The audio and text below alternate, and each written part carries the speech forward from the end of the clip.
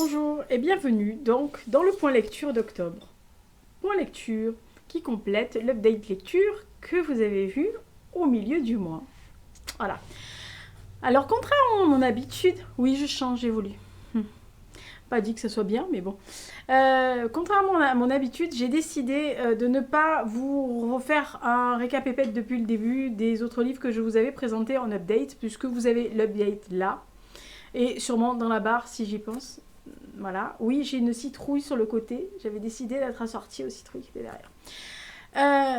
Ça s'améliore pas. Et donc j'ai pensé que le mieux, ça serait quand même de vous faire un point lecture des livres que vous n'avez pas encore lus. Alors je signale que il n'y a pas évidemment un livre que je vous avais présenté dans la pile à lire d'octobre, qui était le Valerio Evangelisti, donc Nicolas Emmerich, l'Inquisiteur, tome 1, parce que j'ai pas du tout eu envie de le lire. Voilà.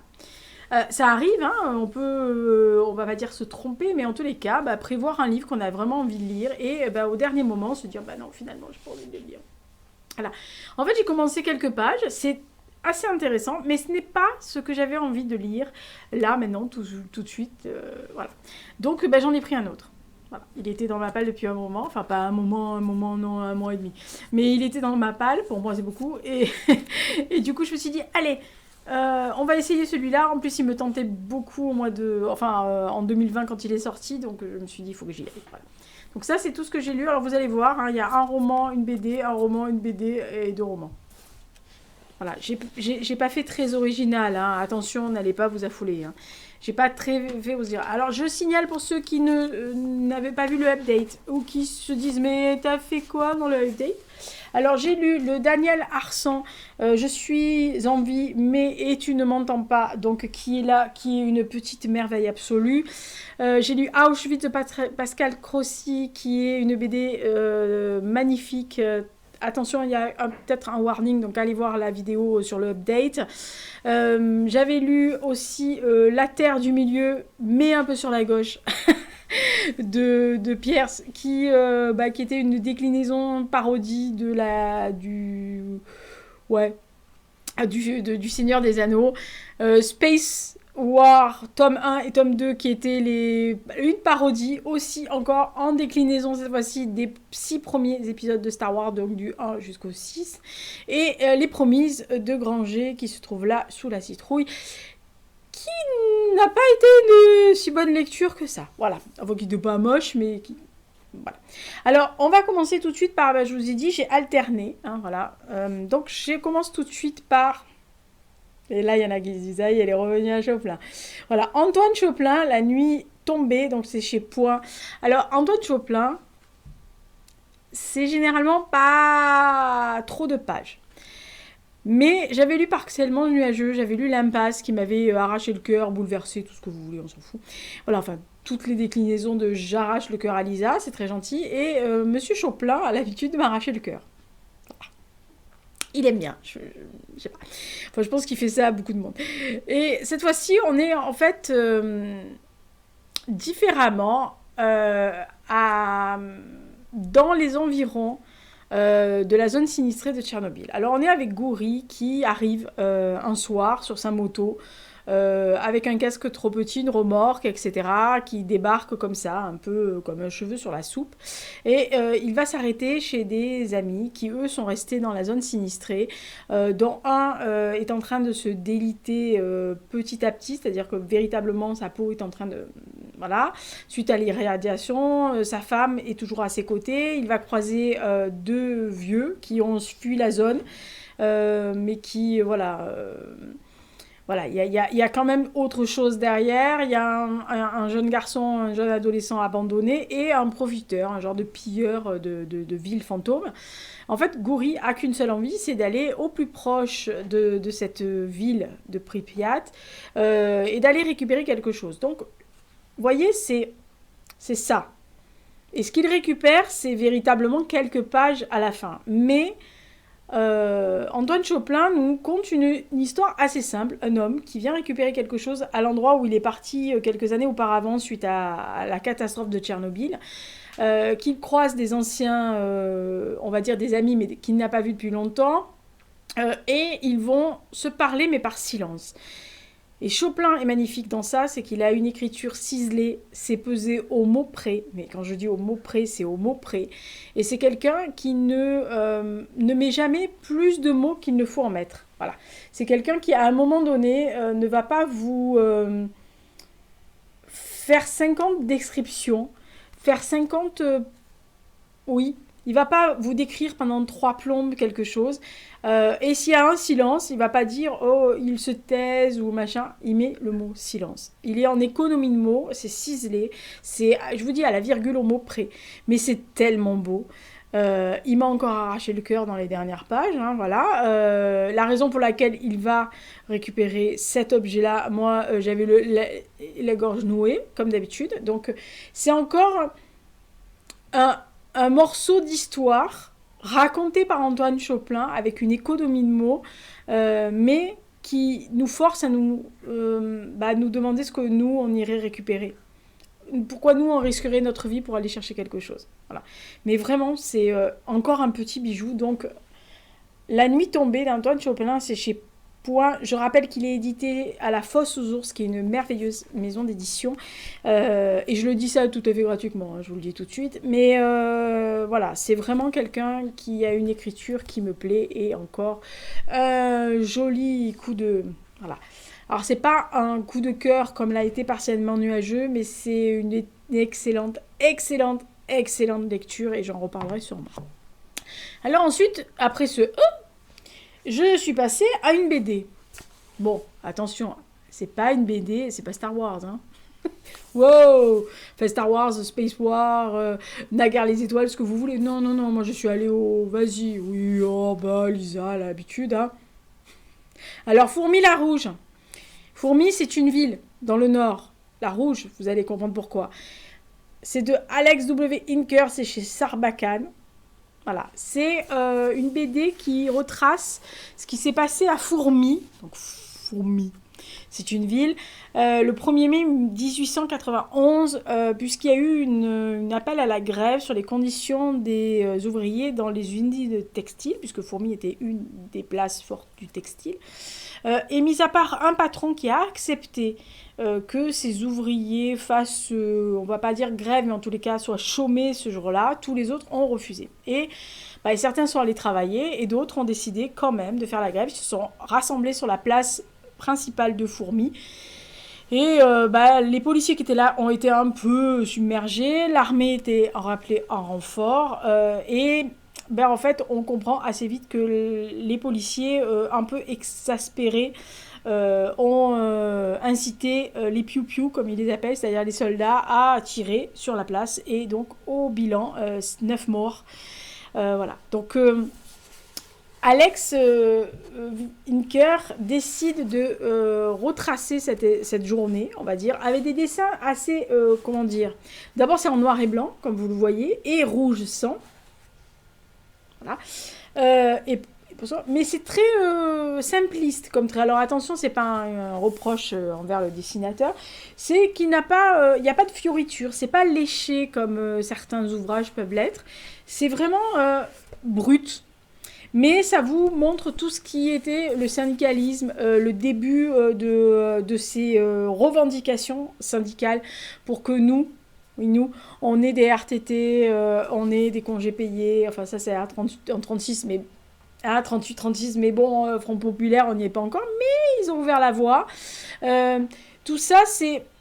Voilà, c'est de l'âme de syndicaliste, c'est la vie aussi, c'est un pan d'histoire différent, mais c'est un pan d'histoire aussi, c'est ce qu'une ville a souffert, porte encore sur ses épaules ses martyrs. Moi je suis allée vérifier sur certains sites parce que alors le seul reproche, parce que c'est vraiment une BD magnifique, très bien foutue, qui explique beaucoup de choses, qui donne à réfléchir, qui donne à penser que tous ces gens en 1891 se sont pas battus pour des clopinettes et pour rien, faut pas qu'on balance tout aux oubliettes, ils sont pas morts pour rien, on va dire. Et surtout il explique, voilà, il explique dans le devant, là, il explique ce qui s'est passé. L'avant. Le seul truc que j'aurais aimé, parce que je ne suis pas issue du Nord, alors je j'avais oui dire parce que j'avais un arrière-grand-père communiste. Oui. Et un grand-père aussi par la même occasion. Enfin, bref, donc ça, les trucs comme ça, on en a eu vent, ils en parlaient, mais je ne connaissais pas véritablement la ville. Je savais à peu près ce qui s'était passé, mais je ne connaissais pas.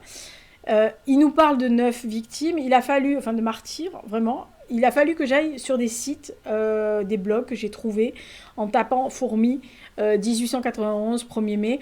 J'ai trouvé. Il y a un écomusée là-bas aussi où il y a une exposition permanente. Donc si vous êtes dans le coin, bah, vous pouvez aller la visiter. N'étant pas dans le coin, voilà. Mais j'ai trouvé un blog qui expliquait. Le seul truc, c'est qu'à la fin de l'album, dans la dernière page là, qui est magnifique aussi, qui est très bien dessinée d'ailleurs, qui a grande importance hein, d'ailleurs, bah, j'aurais aimé qu'il fasse comme là, mais avec le nom des 9 victimes. Ne serait-ce, alors je sais qu'on les retrouve, etc., mais ne serait-ce que d'avoir un brief, un brief, on va dire, résumé de leur vie, en tous les cas, peut-être les dates de naissance, de mort, je pense que ça aurait été, enfin pour moi, ça aurait été beaucoup plus marquant. Mais Fourmi la Rouge de Alex W. Inker chez Sarbacane, franchement, si vous aimez l'histoire syndicaliste, politique, l'histoire de région, l'histoire de pays et pourquoi certains sont morts pour que vous ayez quelque chose. Voilà, voilà. Autre roman, oui, parce que j'ai alterné, je vous l'ai dit. Ah bah oui, moi quand je suis dans le Chopin, je suis dans le Chopin, hein, voilà. Donc cette fois-ci, Une forêt d'arbres creux d'Antoine Chopin. Alors, il m'a arraché le cœur, là il me l'a piétiné, c'est super. Alors nous sommes à Térésine, donc dans la ville ghetto de Térésine, et on est en présence de Bredrich, de sa femme et de leur enfant. Ils sont internés dans le ghetto. Et Bedrich, qui est tiré d'une histoire vraie. Hein. Bedrich, en fait, est dessinateur. Il va être intégré à l'équipe de dessinateurs qui est dans une baraque, qui est là, à la demande bien sûr des nazis, pour faire des modifications de plans, des aménagements, restructurer un peu les baraques, le plan, le cadastre, les trucs. Oui, en fait, en gros, ils font de l'aménagement des conditions sordides dans lesquelles ils vivent. Ils vont même jusqu'à réaménager le crématorium. Oui, bah oui. Oui, parce que c'était pas si joli que ça, alors on va demander à ceux qui sont dans le ghetto de faire des jolis plans pour le crématorium. Il y en a qui sont ironiques quand même. Bref, et on va à travers toujours très peu de mots, des silences, un mot, une phrase, une fleur, un bout de bois. Antoine Chopin nous dresse les arcanes de ce ghetto, les conditions de vie. À un moment donné, il y a une personne qui passe dans le champ de Bredrich qui est en train de regarder par la fenêtre. On sait très bien où la personne va atterrir. Mais il ne le dit pas, Antoine Chopin. Il dit rien, il dit juste, il traversait entouré de 2 gardes. Et on sait ce qui s'est passé. Il a juste entendu un souffle et un cri. Mais il n'y a rien d'autre. Voilà. Mais c'est toute la puissance de l'écriture de Chopin, c'est ça. C'est que dans le minimum de mots, dans tout ce qu'il met ciselé comme ça, il vous fait passer des émotions. Tous les silences, tous les non-bruits. Parce qu'il y a des silences et des non-bruits, les fleurs, une couleur, un bout de bois. Et là, bah, vous voyez les tailles de crayons, forcément, puisqu'ils s'étonnent d'avoir un taille crayon, et des crayons qui écrivent si bien, enfin, ils dessinent si bien. Et ils vont décider de planquer, en fait, des dessins d'eux-mêmes qui relatent ce qui se passe dans le camp, mais il ne faut pas qu'on leur tombe dessus. Donc, ils vont les planquer derrière une latte de bois, planqué derrière une étagère en bois. Bref, une forêt d'arbres creux. La puissance du crayon gris, du bois, d'un crayon gris, des lattes de bois. Ah, ça fait carburer, hein. Ah, oui. Alors, c'est pas beaucoup, hein. Mais moi, je peux vous assurer qu'à la fin... bah pareil que pour l'autre, hein, j'avais le cœur encore serré et c'est une économie de mots avec un maximum de sentiments et de ressentiments et d'émotions. Voilà. Je ne sais pas quoi dire d'autre que Antoine Chopin. Voilà. Donc vraiment une forêt d'arbres. Alors entre les deux, j'ai un petit faible pour celui-là. Mais La Nuit tombée m'a révolutionné aussi. J'ai commencé un autre livre qui s'appelle « À crier dans les ruines » de Alexandra Kozelik, qui était paru au Forges de Vulcain, qui a gagné beaucoup de prix. Et d'ailleurs, je suis fort contente parce que quand je l'avais lu à sa sortie, j'étais tellement heureuse de l'avoir lu que j'en ai pleuré, je l'ai dit même à l'auteur plusieurs fois. Et franchement, voilà, j'ai beaucoup pensé à son bouquin, donc Antoine Chopin, comme d'habitude. Alors, autre livre, et j'ai dit, tiens, on va se faire une autre BD. Bah oui. Oui, bah oui, moi. Oui, alors moi, je prends pas des BD. Quand je décide de faire une BD, c'est The BD, quoi. Ça, c'est le... Voilà. Donc, ça s'appelle Madeleine résistante, la rose dégoupillée. Oui, je sais pas si vous voyez bien, mais si j'approche plus, je mets la tête sur l'ordi, c'est pas une bonne idée. Donc, c'est chez Dupuis. C'est de Bertaille, Morvan, Riffaut. Oui, Madeleine Riffaut. Et on va suivre l'histoire de Madeleine, qui est très connue, pour ceux qui connaissent, sous le pseudonyme de résistante de Rainer. Oui, pour Rilke. Et elle l'explique dedans aussi. D'ailleurs, j'étais contente de savoir qu'elle avait expliqué ça. Et c'est une jeune fille d'instituteur qui est, ma foi, une jeune fille, alors attention, c'est pas péjoratif, mais ordinaire, lambda, une Française lambda, une jeune fille lambda, qui va être vraiment révoltée quand la France va se voir envahie, mise sous le joug nazi, et qui va vouloir absolument rentrer en contact avec la résistance. Simplement, en 40, la résistance, vous sonniez pas la porte comme ça. Voilà. Et c'était pas organisé. Alors attention, ce n'est pas désorganisé, mais c'était organisé de façon locale. C'est-à-dire que, pour en avoir parlé très longuement avec des gens qui étaient dans la résistance, et depuis presque le début chez moi aussi, ils étaient par petits groupes, par petites localités, par petits territoires. Il n'y avait pas de gros mouvements français. Bien sûr qu'il y avait des échanges entre certains groupes, même de peut-être départements et régions, mais celui de Sud-Ouest n'allait pas parler avec celui de Strasbourg en 2 secondes chrono. Il n'y avait pas les télécoms comme maintenant. Aller faire passer un télégramme de l'autre bout de la France avec les Allemands sous le coude, moyen. Alors, et il n'y avait pas encore le comité central, bien sûr, de résistance après, pour unifier tout le monde. Donc, arrivé bien après, hein, voilà. Donc Madeleine décide de rentrer en résistance, mais elle ne trouve pas. Le problème, c'est que elle a des amours dans sa vie, notamment son grand-père, qu'elle adore plus que tout. D'ailleurs, elle dit que c'est l'homme de sa vie. Moi, je trouvais ça très joli, parce que mes grands-pères sont les hommes de ma vie. Et elle avait... elle contracte la tuberculose, donc on l'envoie dans un sanatorium. Et dans ce sanatorium, en fait, elle retrouve des gens qu'elle connaît. Ce qu'elle va apprendre plus tard, c'est que ce sanatorium dans les Alpes était un peu un lieu de résistance. Donc en fait, elle était sur la résistance puisqu'ils étaient au sous-sol, mais elle ne le savait pas. Mais par ricochet, elle va rencontrer un garçon dont elle va un peu tomber amoureuse, mais qui lui a ses entrées, mais au début, il n'ose pas la faire rentrer, parce qu'il faut quand même montrer un peu patte blanche. Mais voilà, on va suivre son cheminement jusqu'à ce qu'elle arrive à la tête pensante d'un des groupes de résistance, et qu'elle va être mise, on va dire, au défi, et aussi on va lui faire passer des petites épreuves pour voir si elle peut rentrer.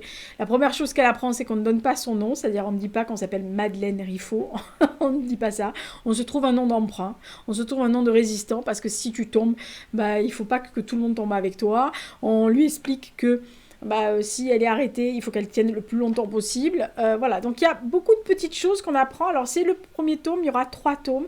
Donc ils vont développer, parce que c'est quelqu'un qui après va tomber dans les pattes de la Gestapo et qui va morfler, et qui pendant des années s'est tué après la guerre, et qui a été, on va dire, relancé par Aubrac un jour, qui va lui dire: bon, maintenant tu arrêtes, tu vas ouvrir ta gueule. Mais sérieusement, il lui avait vraiment dit ça: tu vas vraiment ouvrir ta gueule maintenant, Rainer, parce qu'il faut que tu parles pour les gens qui sont morts à cette époque-là et qui avaient juste 17, 18 ans, 20 ans comme toi. Donc il faut que tu parles. Et elle a accepté de parler. Donc elle a fait des livres. Moi j'ai lu 2 bouquins, dont un qui n'est pas du tout sur la résistance, mais qui est sur le monde hospitalier, qui s'appelle Les linges de nuit, et qui est une merveille, parce qu'elle s'est fait embaucher dans un hôpital pour être une simple lingère bas de gamme. Et c'est pas péjoratif non plus, parce qu'elles font un boulot formidable, mais voilà, qui a toujours parlé des petites gens, de ceux qui étaient là, qui résistaient, qui étaient derrière. Et moi, je suis très contente qu'elle ait fait une BD parce que c'est à la portée de tout le monde. Alors, il y a beaucoup de gens qui te diront: ah ouais, mais bon, un bouquin, j'ai pas trop envie, une bio, ça me gonfle et tout. Ça va, c'est des dessins, ça devrait aller. Mais la beauté, c'est que Madeleine est avec les dessinateurs et va vous expliquer sa vie. Elle fait des petites apartés. En haut, en bas, là, elles sont en joli portrait. Elle est très belle.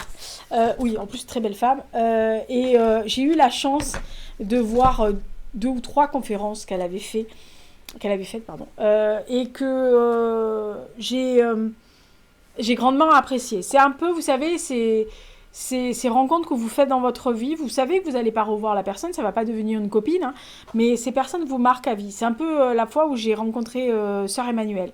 Pareil, elle était venue faire une conférence, on est resté 2 heures, enfin c'était prévu 1 heure, elle est restée 2 heures et demie, presque 3 heures, et à la fin elle nous a parlé comme si on était ses copines de chambrée, encore pendant 1 heure supplémentaire alors qu'il y avait quelqu'un de l'évêché qui lui faisait signe. Il faut partir. Oui, bah 5 minutes, hein, j'ai pas que ça à faire. Wow. Enfin bref, ceux qui ont vu un jour Sœur Emmanuelle parler, c'est à peu près ça. Et, Rainer, moi j'ai l'habitude comme ça parce qu'elle s'est présentée comme ça. Donc voilà, mais Madeleine Riffaut, c'est pareil. C'est quelqu'un que vous pourriez écouter des heures entières, vous raconter ce qui s'est passé parce qu'elle est passée à côté de choses assez violentes aussi avant qu'elle rentre dans la résistance. Elle a été violemment agressée sexuellement, etc. Donc il y a beaucoup de choses dans sa vie qui sont ressorties quand elle a commencé à raconter sa vie. Et moi je trouve que c'est un premier tome qui peut vous ouvrir encore beaucoup de choses. Elle cite beaucoup Paul Éluard, les poètes, etc. Donc ça peut parler à beaucoup de gens. Et voilà. Et rien que le fait qu'elle ait pris Rainer comme pseudonyme, ça vous pose la bête. Hein. Voilà. Et ensuite, j'ai fini par 2 romans. Alors, l'avant-dernier, oui, vous avez compris que j'ai bien aimé. Voilà. L'avant-dernier, c'est celui-ci. Alors, c'est La Constellation Rimbaud de Jean Rouault chez Grasset. Il y avait une jaquette, mais j'ai viré. Oui, moi, j'aime pas les jaquettes. Hein. Alors, autant il y en a qui adorent les jaquettes, moi, je déteste les jaquettes. Et alors, nous sommes là dans un abécédaire sur Arthur Rimbaud, parce que l'auteur a pris ce parti assez drôle, agréable, tourbillonnant, de nous faire un abécédaire et de rebondir personnage par personnage des personnes qui ont impacté comme ça ou comme ça la vie de Rimbaud. Donc on va suivre évidemment sa mère, sa sœur Isabelle, notre sœur Vitalie, la jeune sœur qu'il a perdue et qui a vraiment fait un peu exploser la famille. Quand on connaît un peu la famille Rimbaud, c'est à peu près ça. Lui-même, hein, Arthur, son frère Frédéric va arriver, mais à un moment donné il arrive, et d'ailleurs c'est le moment le plus émouvant, je pense, enfin pour moi aussi, bref. Et ils vont petit à petit dérouler. Alors les professeurs, les amis sur qui il s'est servi, les gens qu'il a pas utilisés, mais dont il a pris le meilleur pour essayer, lui, de récupérer des choses. Évidemment, il y a Paris, il y a Bruxelles, il y a Londres, bien sûr, il y a Chypre, bien sûr, il y a Cork, bien sûr, il y a Lausanne, toutes les étapes où Rimbaud a fait, bien sûr qu'il y a Aden, évidemment, mais voilà, il va faire par personnage de l'enfance à Charleville, qui n'est pas encore Charleville-Mézières, mais l'enfance là, jusqu'à sa mort à la Conception à Marseille, jusqu'à ses allers-retours, et lui qui revient plus ou moins toujours à la maison. Voilà. Plus ou moins toujours il revient dans cette maison familiale, comme un espèce de boomerang ou un élastique qu'on tire, qui s'éloigne et puis un jour on lâche, paf, il revient. Il y a cet attachement, il y a ces fulgurances, il y a ce génie poétique qui, quand à un moment donné il voit que ça suit pas derrière, hein, personnellement, il arrête. Parce qu'il a tout dit, il n'avait plus rien à dire. Et il est tellement sûr de ce qu'il a dit et véritablement le meilleur de ce qu'il pouvait fournir, il passe à autre chose. Voilà, il prend une autre passion. Donc il va se prendre pour la photo. Il aurait commencé à voir les films des Frères Lumière ou Méliès. Je suis sûre qu'il aurait pris un appareil photo, une vidéo cam et il serait allé.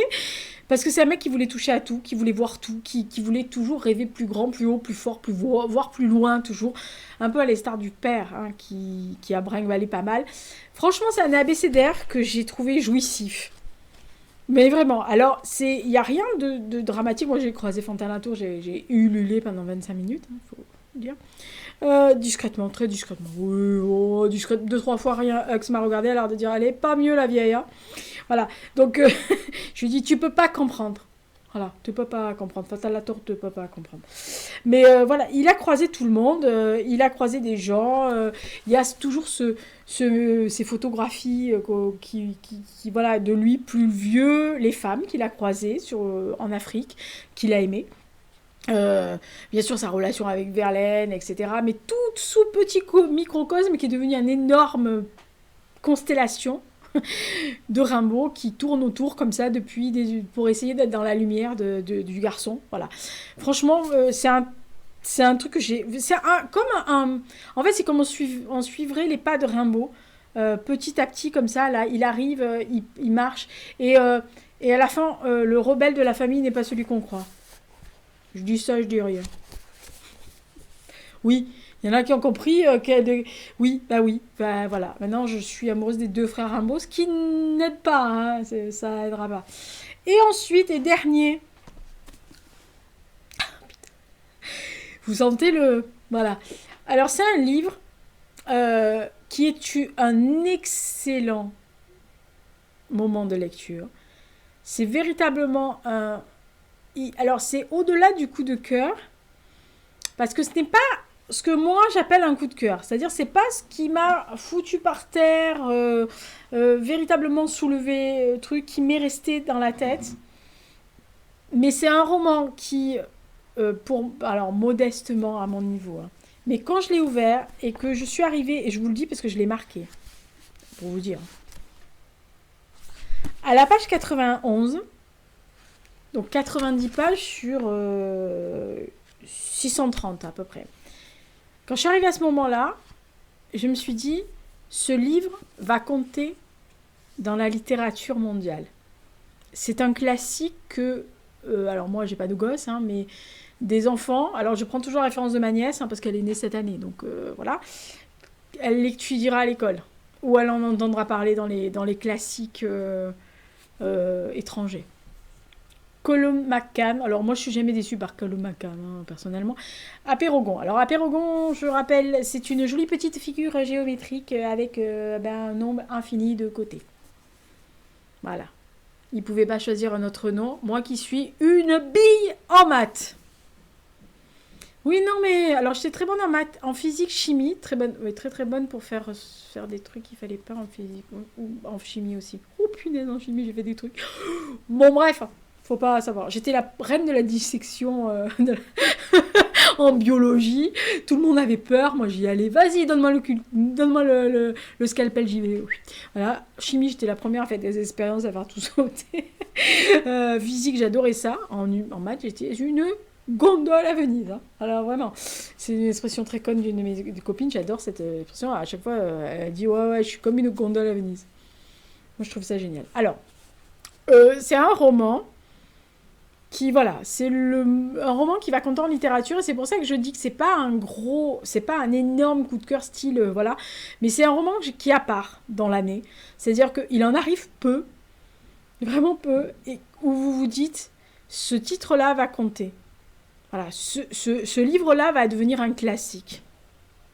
Apeirogon sera un classique de la littérature anglo-saxonne, mais ça sera voilà, c'est à la limite, il va rentrer dans le cercle des Wild Kids, je sais pas, moi, Apperly pour les Américains, tout ça, voilà, Hemingway, ce que vous voulez, Jack London, allez, filez-moi tous les classiques, tous les que j'aime.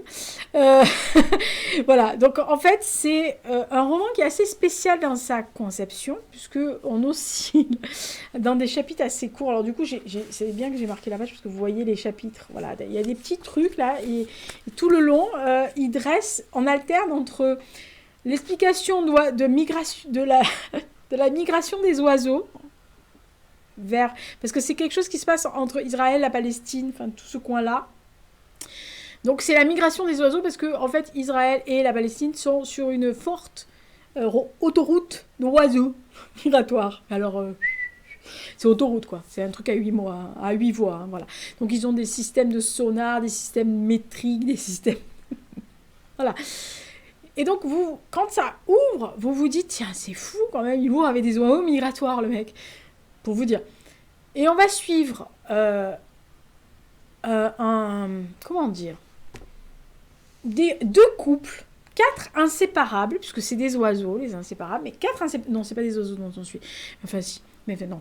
Mais je prends le terme volatile, de 4 inséparables qui ont été séparés. C'est-à-dire qu'on va suivre à la fois Rami et Bassam. Rami était israélien, il a perdu sa fille, Samdar.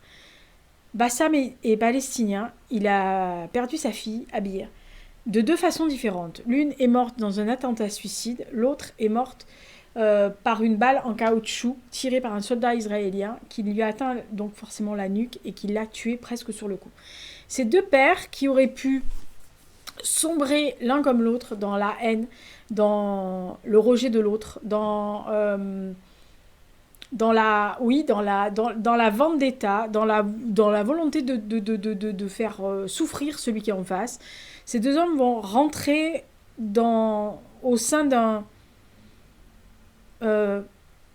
comité pour la paix et vont, entre guillemets, associer leur désespoir, leur tristesse, leur incommensurable sentiment d'avoir perdu un enfant pour œuvrer pour le vivre ensemble. Et pas vivre ensemble comme nous on l'entend maintenant. C'est vraiment vivre ensemble parce qu'ils estiment que l'humain a un brin de cœur, qui reste un morceau de cœur là. Si vous avez un cerveau alerte, hein, bien sûr, évidemment. Si vous n'avez pas de cerveau, pas de cœur, pas de cerveau. Ça, c'est pas de chocolat, pas de bras, mais enfin pas de bras, pas de chocolat, mais là c'est pas de cerveau, pas de cœur, hein, voilà. Mais ils pensent qu'au milieu de toutes ces horreurs, au milieu de toutes ces plaies, de toutes ces choses qui prennent aux tripes, qui arrachent les tripes, il y a un être humain, il y a un homme avec un grand H, quelqu'un qui a du sang, mais qui a le même sang, qui a la même couleur. Je vous rappelle qu'on a tous la même couleur de sang. Enfin, vous pouvez ouvrir les veines de qui vous voulez, bleu, vert, rose. Tout le monde a le même sang, la même couleur de sang. On vient tous du même endroit, d'ailleurs, hein, je vous rappelle. Vous savez, continent africain, quelque part par là. Voilà, on vient tous de là. Vous imaginez quelle couleur on était à l'époque. Voilà, donc, non, mais c'est ce qu'ils il met dans ce roman-là, c'est qu'il prend non seulement dans ce roman-là des métaphores avec les oiseaux, etc., mais aussi avec ces hommes, avec leurs parallèles, avec leur vie personnelle, avec leur drame personnel, mais avec leur drame commun. C'est un roman qui prend au cœur, aux tripes, à l'âme, qui vous plonge dans des états, je sais pas, j'en sais rien. Il y a des moments où j'étais à la limite de soupirer toutes les 2 secondes parce que j'arrivais plus à respirer. D'autres où je me disais que c'était utopique de croire qu'il fallait juste ouvrir son cœur et ses yeux pour arriver à changer le monde et à vivre ensemble. Mais en fait, on se dit que quelquefois, oui, il suffit juste d'une petite goutte, d'un petit morceau. Ça peut paraître pas trop simple sur le moment, mais si ces hommes sont arrivés à faire ça, si ces pères amputés de leurs filles sont arrivés à outrepasser ça, c'est qu'il y a quelque chose. C'est que l'être humain n'est pas perdu tout le temps. Voilà. Et c'est pour ça que je vous dis, c'est un roman qui touche à l'âme, au cœur et aux tripes, parce que il est... Moi, je suis sortie de là, j'étais pas en larmes, mais j'étais comme là maintenant, c'est-à-dire très émue, très au bord des larmes, parce que je me suis dit que il y a finalement un chemin beaucoup plus harmonieux, sans être Télétubbies, hein, mais un peu plus harmonieux, où le monde, qui pourtant, on est en train de le voir aller droit dans le mur, tous les jours davantage, parce qu'en fait, en gros, on est quoi? De l'eau? Du sang? Bon, d'accord, des larmes un peu. Mais on est de l'eau, du sang et des larmes, quoi, en gros.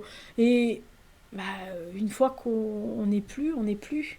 Enfin, voilà, le sang qui coule dans nos veines, c'est ce qui nous donne la chaleur. Quand vous mourrez, la première chose que vous sentez chez quelqu'un qui n'est plus là, c'est que la personne devient froide. Et c'est un drôle de sentiment, de sentir la chaleur partir, mais comme ça. Et vous vous dites, mais vous êtes rien. Donc, quel est l'intérêt de se massacrer la gueule si en fait on est juste que des personnes qui passent comme ça et qui vont pas forcément rester longtemps, mais qui vont avoir un morceau à un moment donné. Souvent je discutais, alors qu'on soit croyant ou pas, ça c'est pas la question, mais quelquefois on discutait comme ça. Je vous parlais de sœur Emmanuelle tout à l'heure, on avait discuté, parce que bon évidemment on peut pas l'accuser de pas être croyante, hein, mais elle avait vu tellement de malheurs dans sa vie que il y avait des gens qui lui disaient, mais enfin, comment vous pouvez croire encore à quelque chose, pas forcément là-haut, mais à quelque chose, à la vie, à l'homme, tout simplement, à l'homme. Et elle lui disait, mais tant qu'il y a un homme qui va ramasser quelqu'un dans la rue parce que la personne est tombée, ou qui va donner un morceau de pain parce que il a un petit morceau de pain comme ça, mais l'autre n'a pas mangé, il va couper en deux pour lui donner la moitié, il y a de l'espoir. Voilà. Et c'est exactement ça. Alors, je suis très émue parce que ce roman est vraiment incroyablement émouvant. Mais c'est... Comme ça, il y a des rencontres et vous vous dites, tiens, c'est marrant. Et j'ai pensé à elle. Voilà. Alors, je vais finir parce que je vais me mettre à pleurer. C'est pas une bonne idée, mais voilà. Donc, Apeirogon, Columacam, si vous pleurez pas à la fin. Enfin, en tous les cas, si vous n'êtes pas ému, si vous n'avez pas de cœur, donc vous prenez le premier bateau et vous vous cassez de la terre. C'est mieux. Albator à l'Arcadia, à votre... Je suis obligée de rire parce que sinon je vais pleurer. Donc, Columacam Apeirogon, donc The bouquin qui va compter dans la vie future. La constellation Rimbaud, Jean Rouault. Voilà, les deux frères Rimbaud. Non mais là ça va pas mieux. Hein. Faut arrêter avec Frédéric. J'ai un problème. Donc la merveilleuse Madeleine Riffaut, donc Madeleine résistante, donc Bertaille Morvan Riffaut en BD chez Dupuis. Le délicat, magnifique et toujours émouvant Antoine Choplin, donc avec une forêt d'arbres creux en premier. Et ensuite, je vais vous montrer les deux, comme ça sera mieux. Et La nuit tombée, donc toujours chez Choplin, toujours chez Plon, et deux romans qui sont vraiment magnifiques. Et donc Fourmis rouges. J'adore. Je vais finir comme ça, avec Fourmis rouges. C'est très joli. En plus, avec le décor et mon rouge à lèvres. Voilà. Donc, c'est ce que j'ai lu entre le 10-11 octobre et maintenant. Sachant que, bon, quand même, Apeirogon est un beau bébé. Et que, en gros, je trépignais tellement pour The Black November, dont vous avez vu la vidéo juste avant. Alors, c'est vraiment la première fois où je fais passer ma palle du mois d'après avant le point lecture. Mais j'ai trépigné trop pour The Black November. Donc, je pouvais pas faire ma palle avant ça. Voilà. Donc ça, c'est tout ce que j'ai lu au mois de octobre. Donc, écoutez, on se donne rendez-vous au mois de novembre, donc à la fin novembre, pour le bilan de Black November. Peut-être que je ferai... Alors, pas forcément un update, mais peut-être que je ferai une petite VO sur un petit point qui durera 10 minutes sur ce que j'ai déjà tiré de The Black November. Sachant qu'il y a 2 autres romans que je dois lire en novembre, qui ne sont pas du Black November, mais que je me suis engagée à lire. Un, parce que je l'ai reçu par la masse critique Babelio, et l'autre parce que je m'étais engagée, entre guillemets. On en a parlé, je le cite, avec Christophe Chamac ici, hors antenne, lors d'un live. Et il m'a parlé de ce livre-là. Je lui avais dit que c'était un livre que je voulais lire. Donc, j'ai un pote qui me l'a envoyé parce qu'il l'avait lu. Je l'ai récupéré, donc je lui ai dit je vais le lire rapidement. Donc, je vais le lire là. En tous les cas, il est tout petit, il est comme ça. Il est vraiment aussi fin que les Choplin. Donc, ça devrait aller facile. Voilà. Donc, allez, d'ici là, portez-vous bien. Faites attention à vous. Lisez bien. Si vous ne savez pas ce que c'est le Black November, allez voir ma dernière vidéo. Sinon, on se donne rendez-vous à la prochaine vidéo. Alors, la prochaine vidéo, je ne sais pas ce que c'est. Ce que je peux vous dire, c'est qu'il y aura une vidéo genèse sur la Smala, ça c'est sûr. Et il y aura l'appel à lecture, et je ne sais pas à quel moment elle va sortir, l'appel à lecture commune en avant-première mondiale sur mon prochain roman qui sera en février. Tenez-vous prêts, parce qu'il y aura 10 jours pour vous inscrire sous la bande de la vidéo. Pas plus, pas moins. Voilà. Et les 3 qui ont répondu à ce que je veux, ils auront la version papier. En avant-première mondiale. Et ils pourront lire avec moi. Moi l'auteur. Trop bien. Pas sûr. Vous vous engagez à supporter un auteur hystérique devant ses personnages. Je vous le dis tout de suite. Voilà. Alors d'ici là, portez-vous bien, faites bien le Black November. Sinon, vous lisez ça. Et comme moi, vous serez ému. Ou pas. Ouais, mais là, je peux plus rien faire pour vous si vous n'êtes pas ému, hein. Puis d'ailleurs, non, mais non, vous serez ému. Au moins par Arthur Rimbaud.